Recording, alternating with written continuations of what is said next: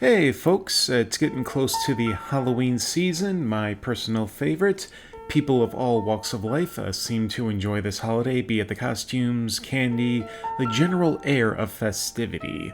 Tomorrow starts a special, albeit intensive series, the 31 Days of Halloween Horror Movie Challenge from Nightmare on Film Street.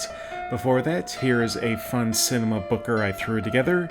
The scenario I present today actually could have happened had one thing changed in the early career of actress Jamie Lee Curtis. Let's jump into it. One of Jamie Lee Curtis's earliest roles was for the TV show Operation Petticoat.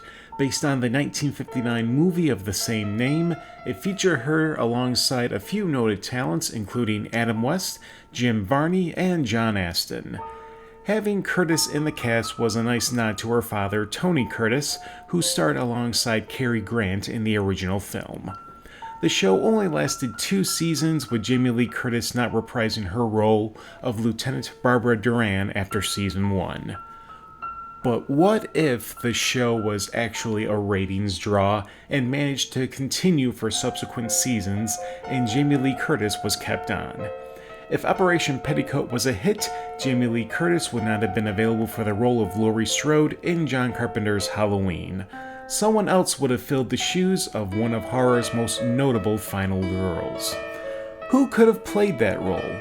Granted, the performance may or may not have escalated the career of the person playing it.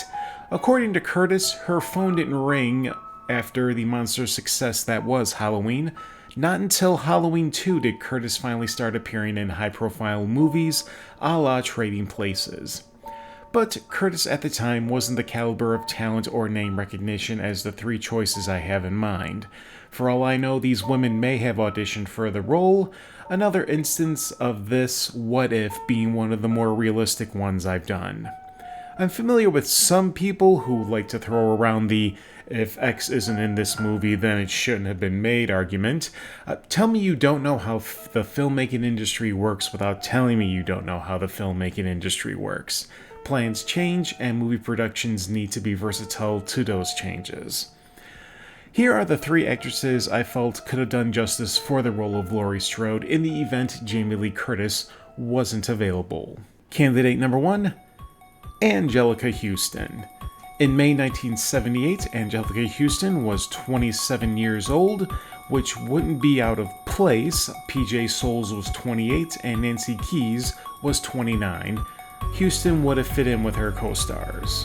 Why Huston? Because she comes from a noted filmmaking family. Her father was John Huston, the legendary director of classics like Key Largo, Treasure of Sierra Madre, The Maltese Falcon, and Moby Dick with Gregory Peck. Carpenter admitted that a big part of his casting Jamie Lee Curtis was a tribute to Alfred Hitchcock and Janet Leigh in Psycho.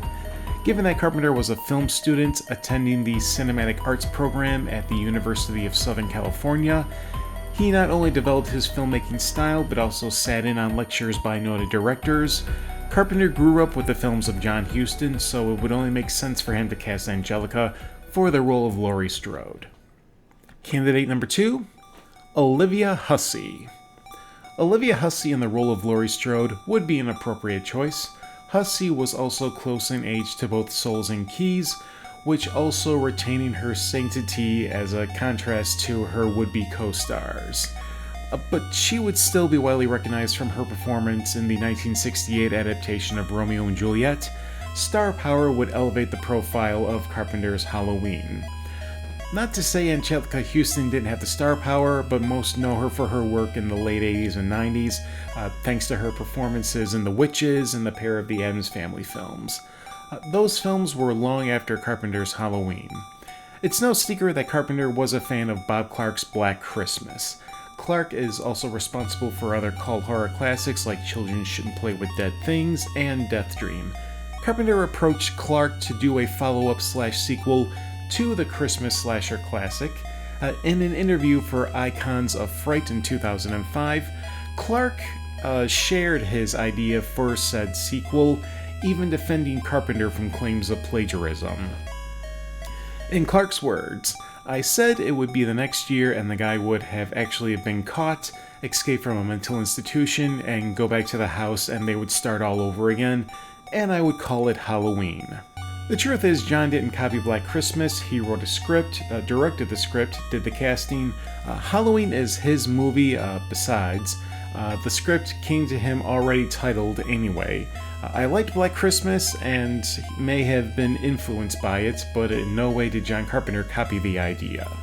Seeing Hussey work against a stoic killer like Myers would be an appropriate change after seeing her contend with an unstable vocal killer like Billy. Michael and Billy are such contrast. The only comforting familiarity would be seeing Hussey defend herself in a tense scenario in a tight environment. The third candidate? Susan Day. Last but not least, I think Susan Day would be a solid third choice for Laurie Strode in Halloween. Yes, Laurie Partridge from the Partridge Family. She has the age, the name recognition, and the look for the homely high school student. Most importantly, I trust Carpenter could rehabilitate her image with a genre film in the same way Carpenter rehabilitated Kurt Russell for Escape from New York. Russell was seen as a Disney kid actor, a stigma that haunted Russell for years and stalled his career. Then he played Snake Plissken and Russell's career took off, a career that continues today, over 40 years later. Put Susan Day in the capable hands of Carpenter and she would receive a strong career resurgence through the role of Laurie Strode. She had a strong TV career with some film opportunities. With Halloween, she could become an iconic horror figure.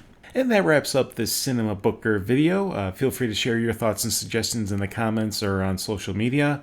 I will see you tomorrow for day 1 of the 31 Days of Halloween Horror Movie Challenge. This is Mackenzie Lambert from Mack in the Movies, signing off. Have a good day, folks.